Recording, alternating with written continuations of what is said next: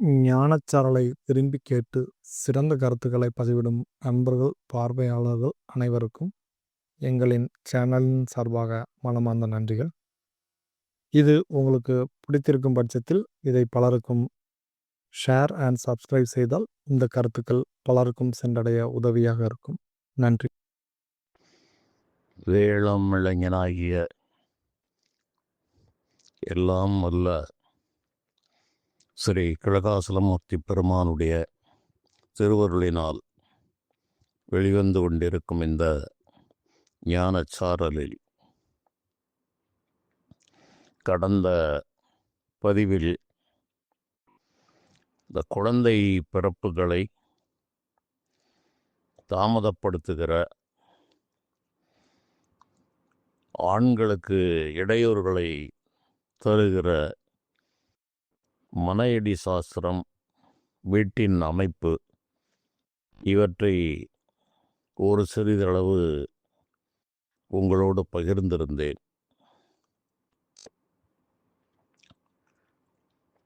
அதில் குறிப்பாக இந்த வடகிழக்கு மூலை என்பது சரியாக இருக்க வேண்டும் என்றும், கிழக்கு பகுதியிலே ஜன்னல்கள் அமைந்திருக்க வேண்டும் என்றும் நான் குறிப்பிட்டிருந்தேன். இந்த அடுக்குமாடி குடியிருப்புகளில் பல பெரிய நகரங்களில் இது போன்ற வாஸ்து மனையடி என்ற அமைப்பை பெரும்பாலும் கடைப்பிடிப்பதற்கு வாய்ப்புகள் குறைவாக தெரிகிறது. ஏனென்றால் அவர்கள் இருக்கிற இடத்தில் எப்படி அதிகமான வீடுகளை கட்ட வேண்டும் என்ற நோக்கத்தில் செய்கிற காரணத்தால் ஏதாவது ஒரு 2 பகுதிகள் பொதுவான சுவராக ஜன்னல்கள் இல்லாத அமைப்பில்தான் அவர்களால் அமைக்க முடியும். அப்படி அமைக்கின்ற போது திசைகளும் அதிலே அந்த மொத்தமான அந்த குடியிருப்பு காம்பவுண்டு சுவர் என்று சொல்கிற அந்த சுவரில் ஒரு வாசல் வைத்திருப்பார்கள். இந்த வாசல்கள் பெரும்பாலும் தென்மேற்கு மூலையில் இல்லாமல் இருப்பது நல்லது. பொதுவாக பெரிய நகரங்களில் வாஸ்து மனையடி சாஸ்திரத்தை அதிகமாக பார்த்தே செய்கிறார்கள். ஆனால் சரியான வழிகாட்டுதல்கள் இருக்க வேண்டும். பல சௌகரியங்களை கருதி அவர்கள் அதுபோல அந்த தென்மேற்கு மூலையில் பிரதானமாக ஒரு பெரிய நுழைவாசல் அப்படி வைத்துவிட்டால் அதுவே அந்த மனைக்கு ஒரு வாஸ்து பலத்தை குறைக்கும் விதமாக போய்விடுகிறது. அது ஏன் அப்படி என்பதையெல்லாம் நான் கடந்த பதிவுகளில் நான் கூறியிருக்கிறேன். காந்த சக்தியினுடைய அளவு உள்ளே நுழைகிற அந்த முனையில் நுழைகிற அந்த நல்ல அதிர்வு அலைகள், காந்த சக்தி வடகிழக்கு திசையிலே ஒரு மனைக்குள் நுழையும். தென்மேற்கு திசை வழியாக அது வெளியே சென்று விடும். அதனால்தான் அந்த தென்மேற்கு திசையை மூடி வையுங்கள் என்றும், அதில் ஜன்னல்கள் வாசல்கள் விடாமல் இருக்க வேண்டும் என்று கூறினார்கள். நான் அதிலே இந்த காந்தம் போன்றவற்றை பற்றி விளக்கி கூறி இதையும் கூறிய காரணத்தால் அது அதிகமாக மனதிலே பதிந்திருக்க வாய்ப்பில்லை. அதனால் இப்போது இந்த தொழில்நுட்பத்தை விட்டு விடுவோம். அந்த தென்மேற்கு மூலையில் பெரிய பள்ளங்களை தோண்டினால் இந்த காந்த சக்தி அங்கே போய் அடர்ந்து ஒரு இடத்திலே உட்கார்ந்து கொள்ளும். அவ்வாறு அளவுக்கு அதிகமான அந்த காந்த சக்தி சுழற்சி தடைப்படுகிற காரணத்தால் அந்த வீட்டில் வசிக்கிற பெண்களை அது நிச்சயமாக பாதிக்கும். அந்த இடத்தில் அந்த காலங்களில் கிணறுகள் தான் தோண்டுவார்கள். கிணறுகளை தோண்டினால் அந்த தண்ணீர் இந்த காந்த சக்தியை வெகுவாக ஈர்த்து கொள்ளும். அவ்வாறு அளவுக்கு அதிகமான சக்தி இந்த தண்ணீரில் இருக்கிற காரணத்தால் அதை பயன்படுத்துகிறவர்களுக்கு, குறிப்பாக பெண்களுக்கு, பலவிதமான பிணிகளும் பல மன உளைச்சல்களும், ஜாதக ரீதி சரியாக இல்லாவிட்டால் ஆயுள் கண்டங்களும் ஏற்படுவது பெரும்பாலும் நடக்கிறது. காரணம், அந்த பகுதி பெண்களுக்கான பகுதி. வடகிழக்கு ஆண்களுக்கு என்றும் தென்மேற்கு பெண்களுக்கு என்றும் எடுத்துக்கொள்ளலாம். அதனால் இந்த கன்னி மூலை என்று நான் கடந்த பதிவிலே கூறியிருந்தேன். அந்த கன்னி மூலை என்பது அந்த வீட்டில் வசிக்கிற பெண்களை குறிப்பாக சுட்டி காட்டுகிறது. அதனால் அந்த மூலை கவனமாக பாதுகாக்கப்பட வேண்டும். அடுக்குமாடி குடியிருப்புகளில் எந்த வீடாக இருந்தாலும் பொதுவாக கிழக்கு திசையை மூடாமல் இருப்பது நல்லது. வடக்கு திசையில் ஜன்னல் அல்லது வாயில் கண்டிப்பாக இருக்க வேண்டும். இது அனைத்து வீடுகளுக்கும் பொதுவான விதி. எந்த திசையை தலைவாசல், எந்த திசையை வேண்டுமானாலும் பார்த்திருக்கலாம். ஆனால் இந்த 2 பகுதிகளில் இது இருப்பது மிக நன்று. மேற்கு பகுதியில் அதிகமாக ஜன்னல்கள் விட வேண்டும் என்ற அவசியம் இல்லை. தெற்கு பகுதியிலும் அதிகமான ஜன்னல்கள் விட வேண்டிய அவசியமில்லை. வாசல்கள் விட வேண்டும் என்ற கட்டாயமும் இல்லை. தேவைக்கேற்ப 1-2 ஜன்னல்களை அமைத்து கொள்ளலாம். அதுவும் அந்த தெற்கு பகுதியில் தெற்கு சுவரின் மத்திய பாகத்தில் ஜன்னலையோ வாசலையோ அமைப்பது நல்லது. அந்த 2 மூலைகளுக்கும் வாசலையும் ஜன்னலையும் ஒதுக்கி வைக்கக்கூடாது. மேற்கு பார்த்த சுவர்களில் தென்மேற்கு பகுதியிலே தலைவாசல், வீட்டின் பிரதான வாசல் அமைக்கப்பட்டிருந்தால் அந்த வீட்டின் தலைவருக்கு அல்லது தலைவிக்கு நிச்சயமாக சிரமத்தை கொடுக்கும். அதை நன்றாக தெரிந்து கொள்ள வேண்டும். அந்த மாதிரி சூழ்நிலைகளில் அந்த வாயு மூலை என்ற பகுதியில் வடமேற்கிலே வாசல்களை அமைக்கலாம். தலைவாசல், காம்பவுண்ட் வாசலும் அமைக்கலாம், தலைவாசலும் அமைக்கலாம். இவற்றை இந்த அடுக்குமாடி குடியிருப்புகளில் நிச்சயமாக செயல்படுத்த முடியாது. அவசியமான பகுதிகள் அடைபட்டு போயிருக்கும். கிழக்கு பகுதி முற்றிலும் மூடப்பட்டிருக்கும். வடக்கு பகுதியும் அவ்வாறே மூடப்பட்டிருக்கும். மேற்கு நோக்கிய வாசல்கள், தெற்கு நோக்கிய கதவுகள், ஜன்னல்கள் இப்படியும் அமைந்திருக்கும். அல்லது தெற்கு மேற்கு அடியோடு மூடப்பட்டு கிழக்கு வடக்கு திசைகள் மட்டும் பயன்படுத்தப்பட்டிருக்கும். இப்படி இந்த அடுக்குமாடி வீடுகளில் பல அசௌகரியங்கள் இருக்கிறது. இவை ஒரு நீண்ட கால இடைவெளியில் ஒரு மனிதனுக்கு சிரமத்தை கொடுக்கும். பொதுவாக வீட்டை கட்டினால் வாடகை வீடு தானே என்ன செய்துவிடும் என்று ஒரு கருத்துக்களும் இருக்கிறது. ஒரு பயணம் செய்கிறோம் என்றால் நம்முடைய காராக இருந்தாலும் அடுத்தவருடைய காராக இருந்தாலும் அடுத்தவருடைய வாகனமாக இருந்தாலும் வாகனம் நன்றாக இருந்தால்தான் பயணம் நன்றாக இருக்கும். அடுத்தவர் வாகனம் தானே எப்படிப்பட்ட வாகனமாக இருந்தாலும் செல்லலாம் என்பது இதில் பொருந்தாது. அதுபோல இந்த வீடுகளில் வாடகை வீடுகளாக இருந்தாலும் அதனுடைய பாதிப்புகளோ நன்மைகளோ இருக்கும். உடனடியாக தெரியாது. சில வீடுகளில் உடனடியாக அந்த பாதிப்புகள் சில ஆண்டுகளில் தெரியும். சில வீடுகளில் நீண்ட இடைவெளியில் மெல்ல மெல்ல அந்த பாதிப்புகள் வந்து கொண்டே இருக்கும். வளமாக வாழ்ந்த பகுதி அப்படியே மெல்ல மெல்ல அது க்ஷீணமாகி கொண்டே போகும். இதை பல ஊர்களில் பார்க்கலாம், பல இடங்களில் பார்த்து இவையெல்லாம் அனுபவ ரீதியாக பல கிராமங்கள், நகரங்கள் பல வீதிகள் என்று ஆய்வு செய்து இவற்றை மக்களுக்கு ஒரு சிறு குறிப்பாக கொடுப்பது என்ற நோக்கத்தில் செய்த செயல்கள். இந்த உலகில் வாழும் வரை இந்த உலகத்திற்கு சில விதிமுறைகளை கடைபிடித்து நம்மால் முடிந்த அளவு இந்த மானிட சுதந்திரத்திற்கு உட்பட்டு சில வேலைகளை செய்யலாம் என்ற அடிப்படையில் தான் இந்த அத்தனை சாஸ்திரங்களும் இயங்குகிறது.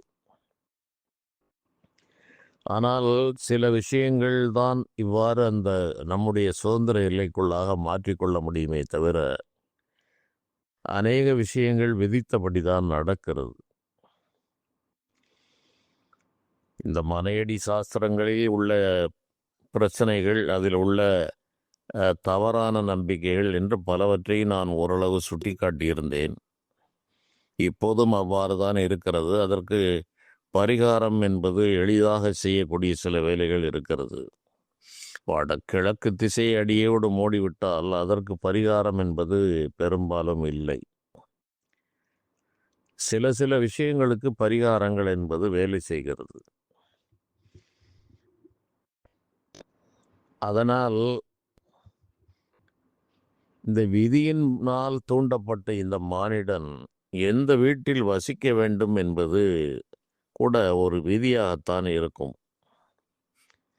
ஒரு வீட்டின் எதிர் வீட்டில் எப்படிப்பட்ட நபர் இருக்க வேண்டும், அந்த வீடு பிரகாசமாக இருக்கிறதா அல்லது பாழ்பட்டு கிடக்கிறதா என்பதும் இந்த மனையடி சாஸ்திரத்தில் வருகிறது. ஒரு மனிதனுடைய ஜாதகத்தை வைத்தே அவர்களுடைய அக்கம் பக்கத்து வீடுகளையும் எதிர் வீடுகளையும் கூற முடியும். அதில் எப்படிப்பட்ட நபர்கள் இருப்பார்கள் என்றெல்லாம் ஜோதிட சாஸ்திரம் மிக தெளிவாக சொல்லுகிறது. எதிர் வீட்டில் சுமங்கலி பெண்கள் இருப்பார்களா அல்லது கணவனை இழந்த பெண்கள் இருப்பார்களா, அக்கம் பக்கத்து வீடுகளில் என்ன நிலையில் இருப்பார்கள் என்றெல்லாம் கூட ஜோதிடத்தில் கூற முடியும். அருகே ஆலயங்கள் இருக்கிறதா அல்லது அருகே என்னென்ன ஆலைகள் இருக்கிறது, கடைகள் இருக்கிறதா, இது தவிர அந்த பகுதியில் குளக்கரைகள் இருக்கிறதா, அருகே மயான பூமிகள் இருக்கிறதா என்பதையும் கூற முடியும். ஆனால் இவையெல்லாம் சாஸ்திரத்தில் இருக்கிறதே தவிர இன்று நடைமுறையில் எங்கு இடம் கிடைத்தாலும் வீட்டை கட்டு என்ற ஒரு நிலை வந்த பிறகு பெரும்பாலான விதிகள் புறக்கணிக்கப்படுகிறது. வீடு கட்டுவதற்கே தகுதியற்ற இடங்களில் வீடுகள் கட்டப்படுகிறது. அதன் பிறகு அதிலே வாஸ்துவை பார்த்தேன், மனையடியை பார்த்தேன் என்பதில் பெரிய லாபமோ பயன்களோ இல்லை. நூல்களில், பழைய நூல்களில் என்ன கூறப்பட்டிருக்கிறது என்றால், இந்த வாஸ்து பூஜை என்ற பூமி பூஜைக்காக ஒரு மனிதன் செல்கிற போது எதிரே எண்ணெய் குடம் அல்லது விறகு என்று துர்சகுனங்கள் வந்தால் அன்று அந்த வேலையை நிறுத்திவிடு என்று புறப்பட்டு செல்லும் போதே இந்த நிமித்தங்கள் வந்தால் அன்று மனை முகூர்த்தம் செய்ய தேவையில்லை, விட்டுவிடலாம் என்று கூறப்படுகிறது. அதையெல்லாம் சரியாக இருந்து ஒரு மனையை போய் முகூர்த்தம் செய்வதற்காக மண்ணை கிளைக்கிறார்கள் என்றால் எலும்பு, கரித்துண்டு, இன்னும் சில தீட்டு என்று சொல்லக்கூடிய சில பொருள்கள், இவைகள் அந்த மண்ணை தோண்டும் போது வந்தால் அந்த மனையை அப்படியே விட்டுவிடுங்கள், அதில் வீடுகளை கட்டாதீர்கள் என்று சொல்லியிருக்கிறார்கள். அந்த மனை முகூர்த்தம் செய்யும்போது இந்த வாஸ்து விழிப்பு நிலை என்று பார்க்கும்போது அதிலே லக்கணங்கள், திதி, நட்சத்திரங்கள் இவற்றையெல்லாம் பார்ப்பதில்லை.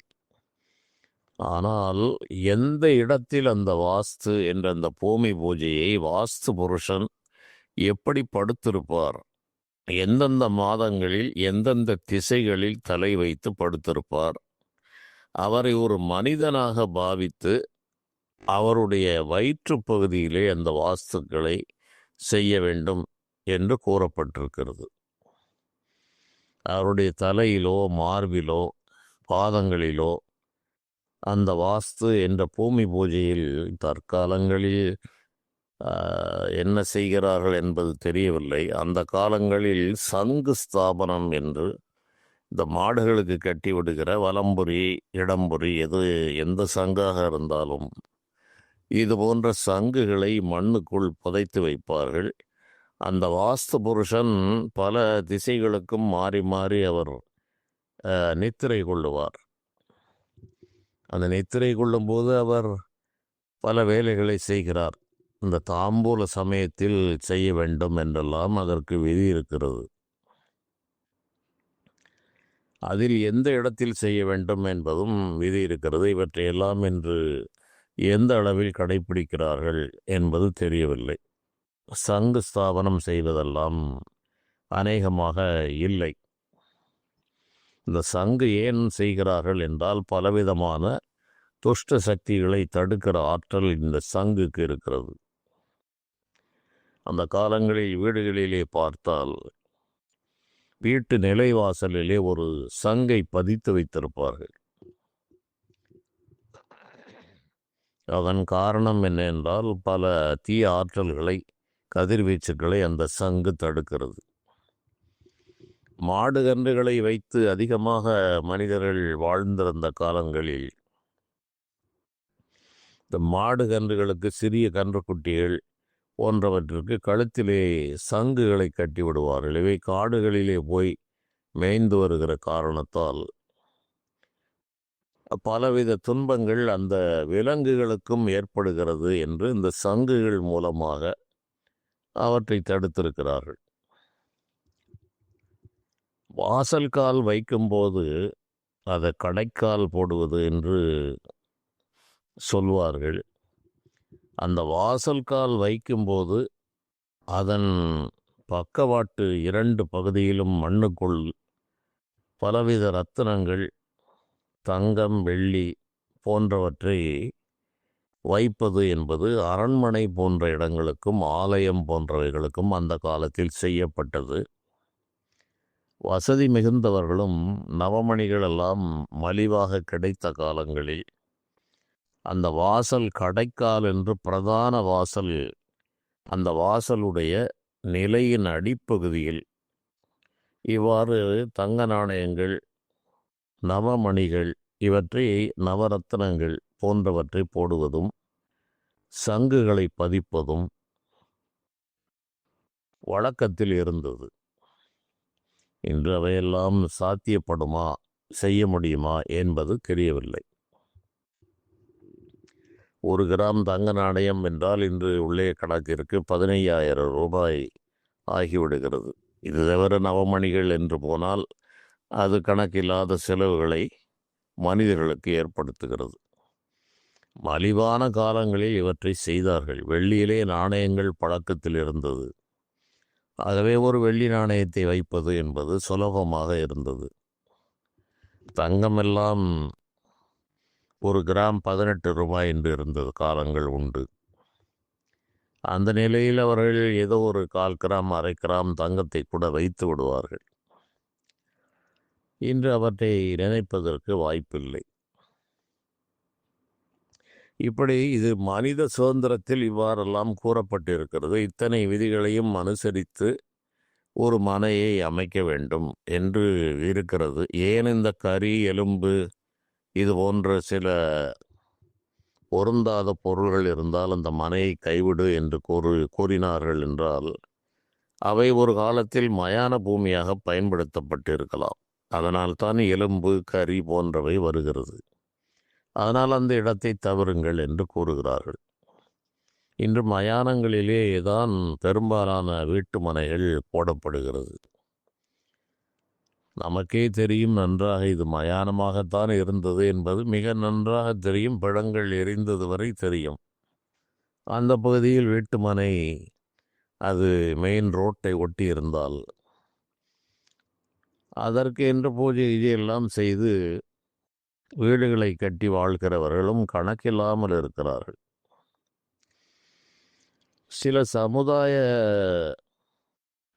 அந்த சுடுகாடு என்று இருந்தால் சுற்றிலும் வீட்டை கட்டிவிட்டு இதை மட்டும் தனியாக வைத்துவிட்டு 4 திசைகளிலும் தெருக்களும் வீடுகளும் இருக்கிறது. இவர் வீட்டை திறந்தால் இந்த மயானத்தில் எப்படியும் ஏதாவது ஒன்று எரிந்து கொண்டிருப்பதற்கு மாதம் 1, 2 வருவதற்கு வாய்ப்பு இருக்கு. 4 திசைகளிலும் அதை ஒட்டி சில ஊர்களில் அவ்வாறு நான் பார்த்திருக்கிறேன்.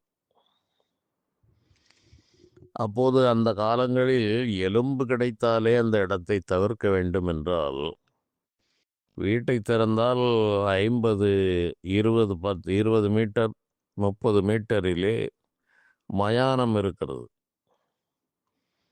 அதில் அவ்வப்பொழுது எரியூட்டப்படவும் செய்கிறது. இப்படி மனிதர்களுக்கு பூமி இல்லாமல் காடு மலை என்று கணக்கு வழக்கில்லாத இடங்களிலெல்லாம் மனித சஞ்சாரம் மற்ற இடங்களிலெல்லாம் வீடை கட்டுவது என்பது இன்று கிராமங்கள் வரை எவ்வாறு இருக்கிறது. இப்படியெல்லாம் இருக்கிற போது இந்த ஒரு விஷயம் ஒரு மனிதனை அடியோடு வீழ்த்துமா உயர்த்துமா என்பதெல்லாம் மிக மிக ஆராய்ச்சிக்குரிய ஒரு விஷயம். கடந்த பதிவில் நான் கூறியது போல ஜாதக கிரக அமைப்புகள் மூலமாகவே இவை செயல்படுகிறது. இதை தவிர இந்த மானிட சுதந்திரத்திற்கு அப்பால் இருக்கிற அந்த விதி கயிற்றால் ஆட்டுவிக்கப்படுகிற மனிதர்கள் எந்த வீட்டில் குடியிருக்க வேண்டும் என்பதும் ஒரு தலைவிதியாகவே இருக்கிறது. அதை மாற்ற முடியாது. எந்த இடத்தில் வீட்டை கட்ட வேண்டும் என்பதும் விதிப்படியே அமைகிறது. அநேக விஷயங்கள் விதிப்படிதான் அமைகிறது. மானிட சுதந்திரம் என்பதை குறிப்பிட்ட அளவில் தான் இறைவன் ஒவ்வொரு மனிதருக்கும் ஒவ்வொரு விதமாக வழங்கியிருக்கிறார்கள் என்பதை அடிக்கடி நினைவு கூற வேண்டும். அவ்வாறு நினைவு கூர்ந்தால் இது போன்ற குழப்பமான விஷயங்களுக்கு நமக்கு விடை கிடைக்கும். அந்த நன்னடத்தையும் இறை உணர்வும் அந்த நல்ல நெறிகளும் இருந்தால் மட்டுமே இவருடைய மானிட சுதந்திரம் ஓரளவுக்கு இவருக்கு பயன் தரும். அதற்குள் இவர் மாற்றிக்கொள்ள முடியும். இல்லாவிட்டால் விதிப்படி மட்டுமே இவர் வழி நடத்தப்படுவார். இவருடைய சுதந்திரம் முற்றிலும் தடுக்கப்பட்டுவிடும். விதி என்ன இருக்கிறதோ அந்த விதிப்படி தான் இவர் வாழ வேண்டும் என்ற நிலை வந்துவிடும். கிரகத்தினுடைய திசா புத்திகள் மாறும்போது அவையும் மாறிவிடும். பலரும் பல துன்ப காலங்களில் அந்த துன்பமான வீடு அவர்களுக்கென்றே காத்திருக்கிறது. இதை பல இடங்களில் நம்மால் பார்க்க முடிகிறது. ஒரு மனையிலே தோஷம் இருக்கிறது. அது வாஸ்து தோஷம் தவிர இந்த துர்மரண தோஷங்கள் என்பது அன்று தொடங்கி இன்று வரை பல இடங்களில் இருக்கிறது. சில கிராமங்களில் நான் பார்த்திருக்கிறேன். அந்த கிராமத்து மனிதர்கள், இதை நான் முன்பே கூறியிருக்கவும் செய்யலாம், அந்த கிராமத்து மனிதர்களுடைய ஜாதகங்கள் வந்தால் வீட்டிற்கு ஒரு நபர் தூக்கிலே இறந்தவர்கள் என்று நம்மால் கூற முடிகிறது.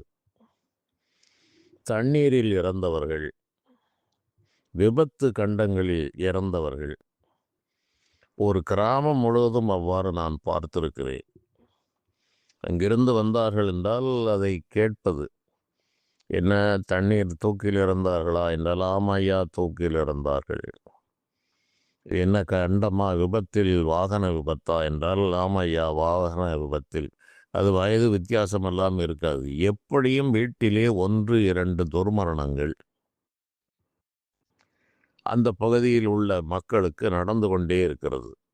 பல ஜாதகங்கள் பார்த்துவிட்டால் இதுதான் அதற்கு விடையாக கிடைக்கிறது. காரணத்தை பின்னால் ஆராயும் போது அவையெல்லாம் ஒரு குறுநில மன்னர்களுடைய பகுதி.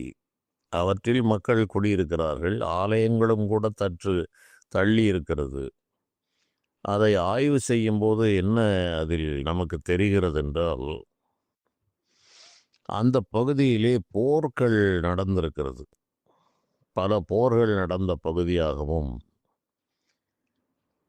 சில பாறைகள் மரங்கள் போன்றவை இந்த தூக்கு தண்டனைகளை கொடுக்கிற இடமாகவும், மரண தண்டனை வழங்கும் இடம். இந்த மரண தண்டனையில் சிரச்சேதம் என்பதும் தூக்கு என்று பல விதங்களில் இந்த மரண தண்டனையை கடுமரம் என்று பல விதங்களில் நிறைவேற்றியிருக்கிறார்கள் அந்த காலத்து மன்னர்கள்.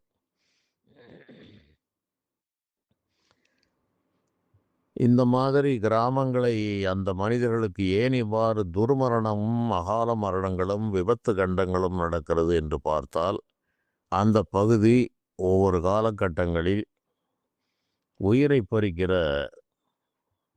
தூக்கு மேடைகளும் கழுமரங்களும் பலவிதமான சிரச்சேதம் போன்ற தண்டனைகளும் நடந்த பகுதிகளாக இருக்கிறது.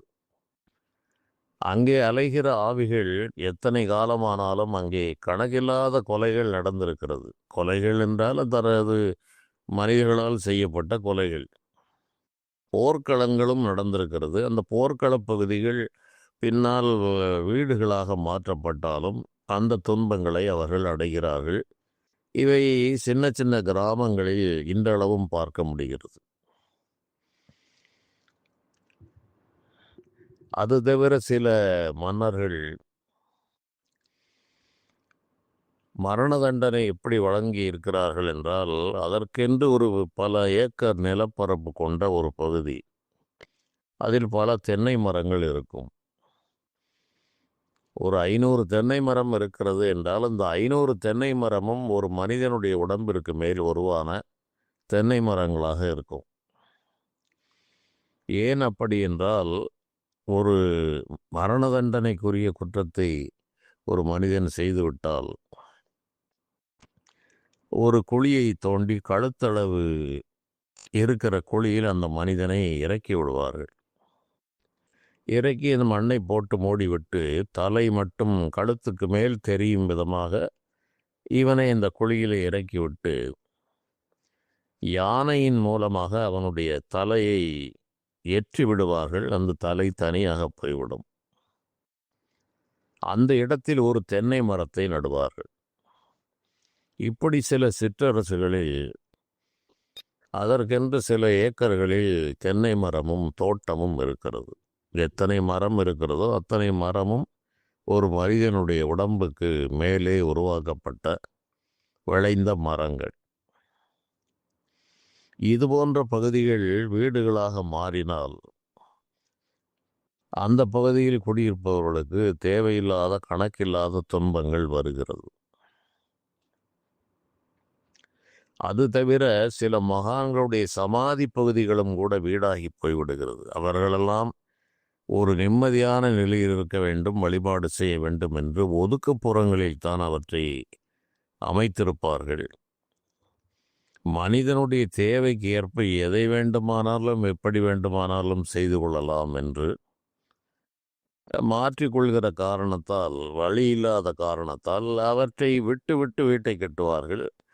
அதன் மூலமாகவும் அந்த சமாதியில் ஜீவசமாதி அடைந்த அந்த நபர் மறுபிறவி எடுத்திருக்கலாம், எடுக்காமலும் இருக்கலாம். அவர் தூல உடலை மறைத்துவிட்டு ஒளி உடலில், சூக்கும உடலில் அந்த ஜீவ சமாதியில் நெடுங்காலம் இருந்து கொண்டு சமாதி நிலையை பெறுவதோ அல்லது வெளியே சென்று வருவதோ இது போன்ற செயல்களில் அவர்கள் ஈடுபடுவார்கள். அவ்வாறு ஈடுபடும் போது அவர்களுக்கு இடையூறாக இருக்கிற மனைகள் பலவிதமான துன்பத்தை அடைகிறது. இன்னும் சில மனைகளில் புளிய மரங்கள், இந்த தூக்கு என்றாலே புளிய மரம் என்றுதான் அந்த காலத்தில் புளிய மரத்தில் பேய் இருக்கிறது என்று கூறியது போல புளிய மரம் உறுதியாக இருக்கும் என்றதால் இந்த தூக்கு போடுகிற மனிதர்கள் புளிய மரத்தை தேர்ந்தெடுப்பார்கள். மற்ற மரங்கள் ஒடிந்துவிடும். அப்படி பல வீடுகளை நான் பார்த்திருக்கிறேன். ஒரு 4-5 புளிய மரங்கள் இருந்திருக்கும். காலப்போக்கில் வழி இல்லாமல் அந்த எல்லாம் வெட்டி விட்டு அங்கே வீட்டை கட்டியிருப்பார்கள். அவ்வாறு கட்டப்பட்ட வீடுகளில் ஒரு 5 வீட்டை கட்டியிருக்கிறார்கள் என்றால் அதில் வசிக்கிற அனைவரும் பலவிதமான துன்பங்களை அடைகிறார்கள். ஒரு பகுதி அவ்வாறு இருந்தது. அதை விசாரித்து பார்க்கும்போது பலவிதமான புகார்களை கூறினார்கள். பகல் நேரத்தில் கதவை தட்டுவது போல இருக்கிறது, யாரோ அழைப்பது போல இருக்கிறது, என்றெல்லாம் கூறுவார்கள். அது ஒருவர் அல்ல, அந்த வீடு ஆட்கள் மாற மாற அனைவருக்கும் இது போன்ற அனுபவங்கள் இருந்து கொண்டே இருந்தது. அதன் பிறகு அதனை பற்றி விசாரித்த போது அந்த இடங்களில் 2-3 புளிய மரங்கள் இருந்ததாகவும், அதிகமான நபர்கள் அங்கே தூக்கிட்டு இறந்ததாகவும், அதிலும் குறிப்பாக கன்னிப் பெண்கள் இறந்ததாகவும் செய்திகள் கிடைத்தது. அதனால் அந்த பகுதியில் அந்த வரிசையான வீடுகளில் குடியிருந்தவர்கள் பெரும்பாலும் ஆண்கள் பாதிக்கப்பட்டார்கள். அந்த வீட்டிற்கு வருவான். சில காலங்களில் பெரும்பாலும் அரசு வேலைகள் இப்படிப்பட்ட நிலையில் பகல் நேரத்தில் மிக அமைதியாக இருக்கும். இரவில் தான் அதனுடைய ஆட்டங்கள் எல்லாம் தெரியும். 5-6 மாதங்களில் தற்காலிக வேலை நீக்கம் அடைந்தவர்கள் அதிகம். ஒருவர் என்றால் ஏதோ தற்செயல் என்று கூறிவிடலாம். ஆனால் இங்கு கணக்கில்லாத நபர்கள். நான் கூறுவேன், சரி, வீட்டிற்கு குடி வந்து விட்டானா, ஒரு 6 மாதத்தில் வேலை இழப்பான், தாடியை வளர்த்து கொண்டு அலைவான் என்று நான் கூறுவதுண்டு. அதுபோலவே அந்த நபர் தாடியை வளர்த்து கொண்டு வேலைக்கும் செல்லாமல் அலைந்தால் நாம் கண்டுபிடித்து விடலாம், சரி, இவன் இந்த வீட்டில் தான் குடியிருக்கிறான். இப்படி சுமார் ஒரு 2 ஆண்டுகள் அவனை அல்லல் படுத்திவிட்டு பிறகு வேலை கிடைக்கும், அல்லது அந்த வீட்டை காலி செய்துவிட்டு போவார்கள். இப்படி வேலையை இழந்தவர்கள் அதிகம். இரவிலே பெண்கள் என்றால் இவ்வாறு கதவை தட்டுவது, சிரிப்பது, சலங்கை ஒலிகள் இருப்பது, தேவையில்லாத ஒரு உடல்நல குறைவுகள். அதிலும் ஒரு பெண்மணி நான் ஜாதகத்தை பார்த்து இல்லை என்றால் தலைகீழாக சாதித்தது. ஐயா, இல்லை ஐயா, கையிலிருந்து இப்படி உடம்பிலே நீராக வருகிறது போகிறது, உங்களுக்கு தெரியவில்லை, நாங்களெல்லாம் உணர்கிறோம் என்றெல்லாம் கூறினார்கள். பிறகு அதில் உண்மைகளும் இருக்கவே செய்தது. அப்படிப்பட்ட மோசமான இடத்தில் வசிக்க வேண்டும் என்றால் கிரக நிலைகள் அவர்களுக்கு இடம் கொடுத்தால்தான் அந்த வீட்டிற்குள் நுழைவார்கள். அந்த குறிப்பிட்ட காலம் வரை அந்த துன்பங்களை அனுபவிப்பார்கள். சரி, இது போன்ற இடங்களில் அருள் சக்தி நிரம்பியவர்கள் சென்று குடியிருந்தால் என்ன நடக்கும் என்றால், அந்த இறந்து போன சூக்கும சரீரத்தில் இருக்கிற அந்த ஆவிகள் விடுதலை தேடி இவர்களிடம் வந்து தாங்கள் இருப்பதை அறிவிக்கும். அவ்வாறு வருகிற அனைத்து ஆவிகளுக்கும் விடுதலை தந்துவிட முடியாது. ஆவியாக அலைய வேண்டும் என்பதே ஒரு தலையெழுத்து. அவர்கள் ஆவி உலகங்களுக்கு சென்று விடுவது என்பது பொதுவான நியதி. அகால மரண தோஷம் அடைந்தவர்கள் ஆவியாகி மண்ணுலகிலே சுற்றி கொண்டிருக்க வேண்டும். அந்த குறிப்பிட்ட பகுதியை தாண்ட முடியாது என்பது ஒருவித தண்டனை. அதனால் அனைவருக்கும் விடுதலை கொடுப்பது என்பது இயலாத காரியம். அவற்றினுடைய துன்பத்தை குறைப்பதற்கு இவர்கள் செய்கிற வழிபாடு போன்றவை மனசாந்தியை கொடுக்க முடியும் அந்த ஆவிகளுக்கு. அந்த கட்டிலிருந்து விடுவித்து வெளியே தள்ளுவது என்பது அரிதாக சில ஞானிகள் செய்கிறார்கள். பலர் அவ்வாறு செய்வதில்லை. அந்த காலம் வரட்டும், அதுவரை பொறுமையாக இரு என்று விட்டுவிடுகிறார்கள். அதனால் அவர்களை இந்த ஆவிகள் தாங்கள் இருக்கிறோம் என்பதை பல விதங்களில் உணர்த்துகிறது.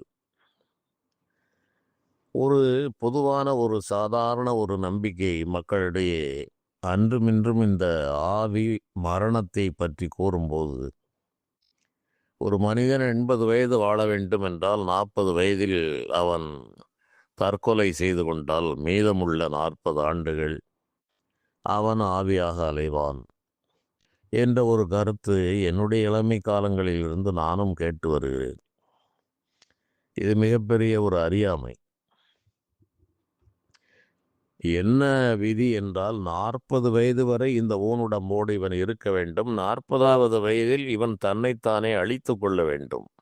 ஆத்மஹத்தி என்று சொல்வார்கள். தன்னைத்தானே இவன் அழித்து கொண்டு எஞ்சிய காலங்களில் இவன் ஆவியாகத்தான் அலைய வேண்டும் என்பதுதான் விதி. மக்கள் இந்த இறை நிர்வாகத்தை எப்படி தலைகீழாக புரிந்திருக்கிறார்கள் என்பதற்கு இது ஒரு சிறந்த உதாரணம். விதியே 40 வயதுதான். அதன் பிறகு ஆவியாக அலைய வேண்டும் என்பது விதி. இந்த மக்கள் அரைகுறையாக புரிந்து கொண்டு 80 வயது வாழ வேண்டியவர் 40 வயதிலே தன்னை மாய்த்து கொண்டார். தன்னை மாய்த்து கொள்வது என்பது எல்லோருக்கும் இயலாத காரியம். எவருமே அவ்வாறு அந்த ஊழ்வினை இல்லாவிட்டால் உயிரை மாய்க்க முடியாது. உடனடியாக அவ்வாறு காப்பாற்றப்பட்டவர்கள், விஷம் அருந்தினாலும் அதிலிருந்து மீண்டவர்கள் கணக்கில்லாமல் இருக்கிறார்கள். அவன் விஷகண்டத்திற்கு உட்பட வேண்டும் என்று ஜாதகத்தில் அந்த அமைப்பு இருக்கும். ஆனால் பிழைத்து விடுவான் என்ற அமைப்பும் இருக்கும். மாண்டு போக வேண்டும் என்று தலைவிதி இருந்தால் அவனை எவருமே காப்பாற்ற இயலாது. இதில் இப்படி ஒரு மூடநம்பிக்கை இதில் மறைந்திருக்கிறது. அவ்வாறு அல்ல. அது எஞ்சிய காலங்களில் இவன் ஆவியாகத்தான் அலைய வேண்டும் என்றுதான் அந்த தற்கொலை செய்கிற எண்ணங்கள் இவர்களுக்கு வருகிறது. அதுபோல அது ஒரு கூட்டமாக சேர்ந்து வாழும். அப்படிப்பட்ட வீடுகள் பல பகுதிகளில் இருக்கிறது. நகரங்களிலும் இருக்கவே செய்கிறது. நகர பரபரப்புகளில் அதை உணர்வதற்கு சற்று காலதாமதமாகும். இன்று நகரப்பகுதிகளிலும் பலவிதமான விரிவாக்கம் என்று கிடைத்த இடங்களிலெல்லாம் வீட்டு மனைகள் போடப்படுகிறது. மின்சார விளக்கு வந்துவிட்டால், ரோடு வசதி வந்துவிட்டால், 4-5 கடைகள் வந்துவிட்டால் அவை வீட்டு மனை என்று போடுகிறார்கள். மனிதர்களுக்கும் வேறு வழி இல்லாத காரணத்தால் சொந்த வீடோ வாடகை வீடோ சென்று விடுகிறார்கள். இவ்வாறு பல மனிதர்கள் என்னிடம் பல ஊர்களில் இருந்து கேட்டவர்களெல்லாம் உண்டு. அதில் நான் வீட்டை மாற்றுங்கள் என்று கூறுவேன். இங்கு இருந்தபடியே வீட்டின் அமைப்பை தொலைபேசியில் கேட்டுவிட்டு வீட்டை மாற்றுங்கள் என்று கூறினால் அவர்கள் சிலர் அதை மாற்றுவார்கள். சிலர் இப்போது சரியாக இருக்கிறது என்பார்கள். சில நாட்கள் கழித்து விசாரித்தால் விபத்தில் கைகால்களை உடைத்தவர்கள், ஐயா விபத்தில் கைகால்கள் உடைந்து 2 மாதம் இருக்கிறேன் என்று சொல்லுவார்கள். என்னப்பா, வீட்டை மாற்றும்படிதானே சொன்னேன், ஐயா சரியாக கொஞ்ச காலம் இருந்தது என்று கூறியவர்களும் இருக்கிறார்கள். ஆகவே அனைத்தையும் தடுத்து விடுவது என்பது இதில் முடியாது. எச்சரிக்கையாக சில விஷயங்களை நாம் சொல்லுகிறோம். அந்த ஊழ்வினை இவர்களுக்கு சாதகமாக இருந்தால் அதை கேட்டு இவர்கள் நடந்து கொள்ளலாம். ஒரு ஊருக்கு போவதற்கு எளிதான வழிகள், சிரமம் குறைந்த வழிகள் இது என்று கூறுவது போல, இந்த எதிர்காலத்தை கூறுவதிலிருந்து இந்த மனையடி சாஸ்திரங்களில் இவ்வாறு செய்து கொள்ளுங்கள் என்று கூறுவது ஒரு அந்த கலைஞனுடைய கடமை. அதை கேட்டு பயன்படுத்துவது என்பது அவரவருடைய தலைவிதியை பொறுத்து, முந்திய ஜென்மங்களில் செய்த பாவ புண்ணியங்களின் அளவை பொறுத்து, இவர்களுடைய ஜீவ சுதந்திரம், மானிட சுதந்திரம் இவற்றை பொறுத்து அமைகிறது. மேலும் இது போன்ற செய்திகளை பார்க்கலாம். நன்றி.